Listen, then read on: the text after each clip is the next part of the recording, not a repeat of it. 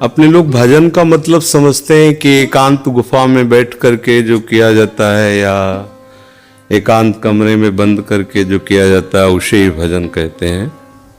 वो भी एक भजन का एक अंग है, पर उसे सांगोपांग भजन नहीं कहते। सांगोपांग भजन कहते हैं पहले ये स्वीकार करना है संपूर्ण सृष्टि श्री भगवान की है, इसे आस्तिकता कहते हैं और ये सत्य वस्तु है। वेद और उपनिषद जिस बात को प्रमाणित करते हैं वही बात प्रमाणित मानी जाती है। भगवान एकोहम बहुश्यामा, मैं एक बहुत रूपों में हो जाऊं, वो बहुत रूपों में खेल रहे हैं।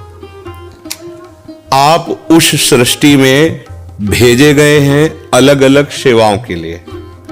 कोई डॉक्टर है, कोई मास्टर है, विविध प्रकार के अभिनय करके हमको अपने स्वामी से इनाम लेना है। किसी को वैरागी का अभिनय है, किसी का रागी का अभिनय है, लेकिन सबका एक अब स्वांग दिया गया है। अपने स्वांग को ठीक से निभा लो तो इस माया प्रपंच से मुक्त हो जाओगे, इनाम मिलेगा। अगर तुम मास्टर हो तो बच्चे में भगवत भावना करके और शिक्षा रूपी भजन उसको दीजिए। जो जिस क्लास की शिक्षा, ईमानदारी से आपके अंदर यही हो कि हे प्रभु, आप बालक रूप से हमारे सामने आए हो, मैं आपको शिक्षक रूप से शिक्षा दूंगी। और उस समय यदि भगवत भाव रहा तो आपने जितने घंटे बालकों को पढ़ाया वो भजन ही है, उससे बिलक नहीं। एक युद्ध क्षेत्र में खड़ा हुआ सूरवीर सामने के सैनिकों की गर्दन उतारता है अपने देश रक्षा के लिए, उसका वो भजन ही है, भजन से कम नहीं है, क्योंकि अपने धर्म के लिए वो युद्ध में वार कर रहा है। अधर्म से किया हुआ हर कार्य निष्फल है और धर्म के लिए किया हुआ हर कार्य भजन है, क्योंकि सृष्टि भगवान की है।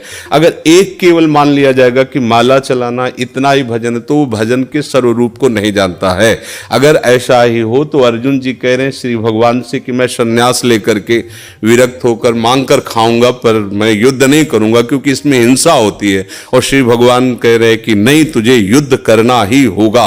मामुनिस्मर युद्ध च, मेरा स्मरण करते हुए तुझे युद्ध करना होगा। तो हमें ये बात समझनी कि हमको जो स्वांग मिला उसमें हम बेईमानी न करें। अगर आप डॉक्टर हैं तो मरीज रूपी भगवान की सर्वतोभावेन सेवा। आपको जो स्वांग मिला है आप उसमें बेईमानी मत कीजिए, सत्यता से चलिए, वही आपका भजन बन जाएगा, उसी से भगवान प्रसन्न हो जाएंगे। पर ये स्मृति रहे कि मैं किसका कार्य कर रहा हूं, बस अगर ये स्मृति चली गई तो अहंकार आ जाएगा।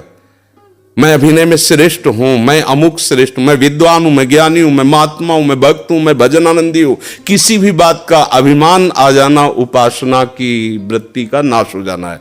एक छोटा सा भी कार्य आपको भगवत प्राप्ति करा सकता है। उस कार्य का उद्देश्य बदल जाए, बस हम समझते हैं माला जपना ही केवल भजन।